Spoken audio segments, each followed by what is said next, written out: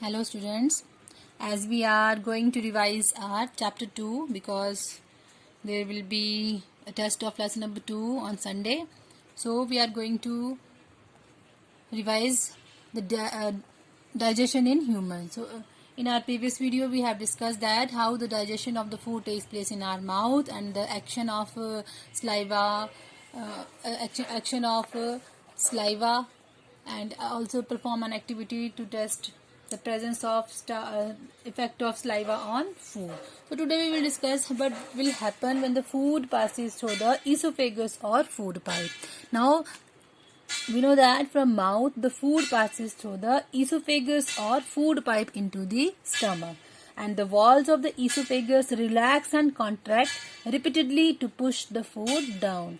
The regular relaxation and contraction, this is the food pipe, the regular contraction and relaxation of the walls that help in the movement of the food particles in esophagus is called peristalsis. It's called peristalsis, or it is also known as a peristaltic movement. Remember, no digestion takes place in esophagus. Then the stomach is present at the end of the esophagus, and it is generally a U-shaped muscular bag-like organ present in the upper abdomen. This is abdomen. And the inner wall of the stomach secrete digestive juices, mucus and hydrochloric acid. The digestive juices break down proteins into simpler form, and hydrochloric acid kills microorganisms and provide the acidic medium for digestion to take place. And the food is now partially digested and is in the form of a thick soup, just like and this is the partially digested food then from stomach goes into the small intestine, and the length of the small intestine is approximately 7.5 meter, and the inner wall of the small intestine secrete digestive juices. This is the inner wall, this is the inner wall. This is the small intestine, and the inner wall of the small intestine secrete digestive juices. This is the liver, and it is the largest gland. Liver is the largest gland, and it secrete bile juice. Liver secrete bile juice. First of all, what is liver? How can you define a liver? The liver is a reddish brown gland situated in the upper part of the abdomen on the right side, and it is the largest gland in the body. It secretes bile juice which is stored in the gallbladder, located near the liver. This is the gallbladder. And bile juice help in the digestion of fats. Remember, bile juice help in the digestion of fats.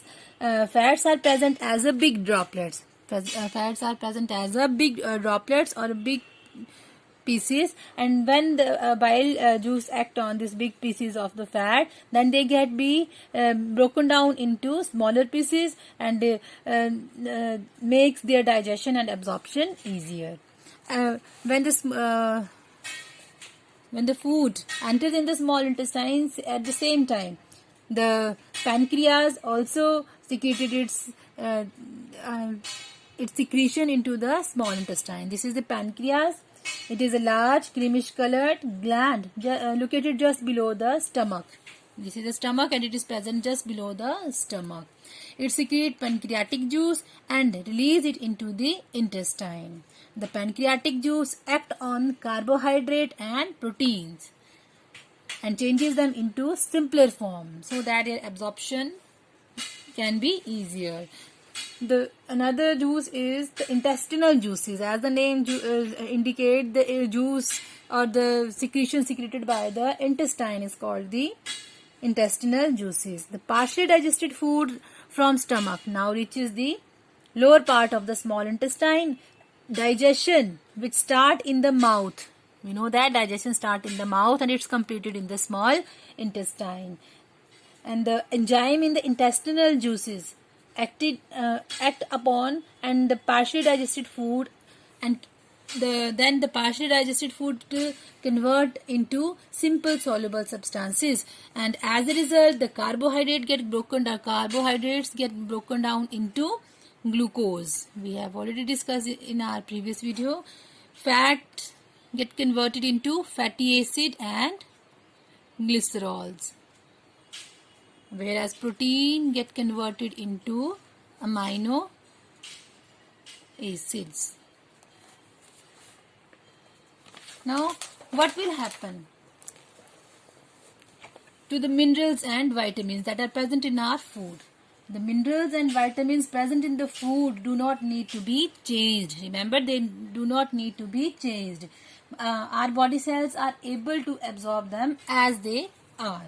And absorption is also takes place in small intestine. The process of absorption occurs in the small intestine, and the inner wall of the small intestine has a million of finger-like projections. These finger-like projections are called the villi. These are the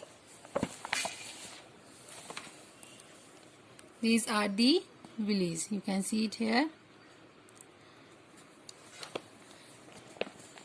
Each villus has a network of thin, small, you can see that, has thin and small blood vessels called capillaries and close to the surface.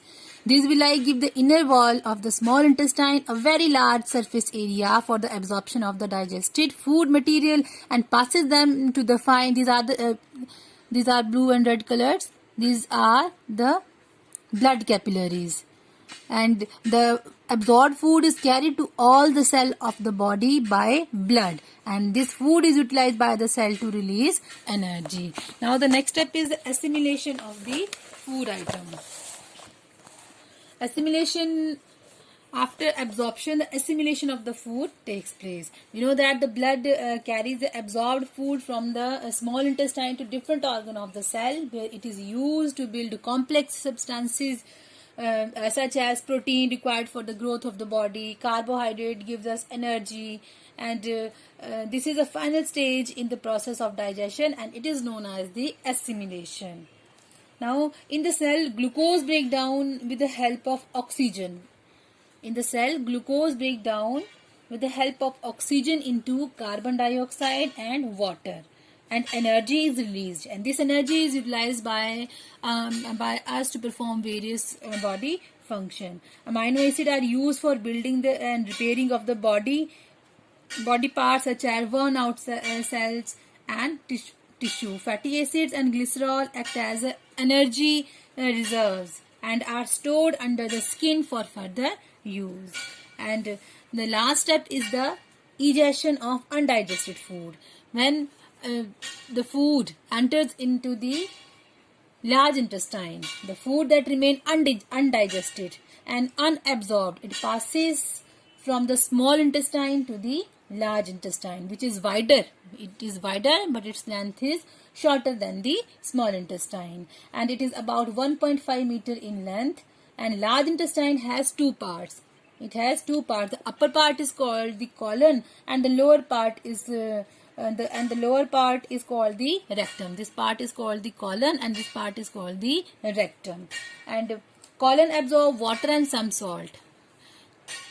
Colon of large intestine absorb water and some salts from the undigested food, and due to this the undigested food become dry and it become almost semi-solid, and this is known as the feces and is stored in the rectum. This is the lower part of the large intestine, that is called the rectum, and feces is passed out of the body through the anus, and this process is known as the digestion. So watch the video, and if you have any problem or any queries, you can WhatsApp me. Thank you.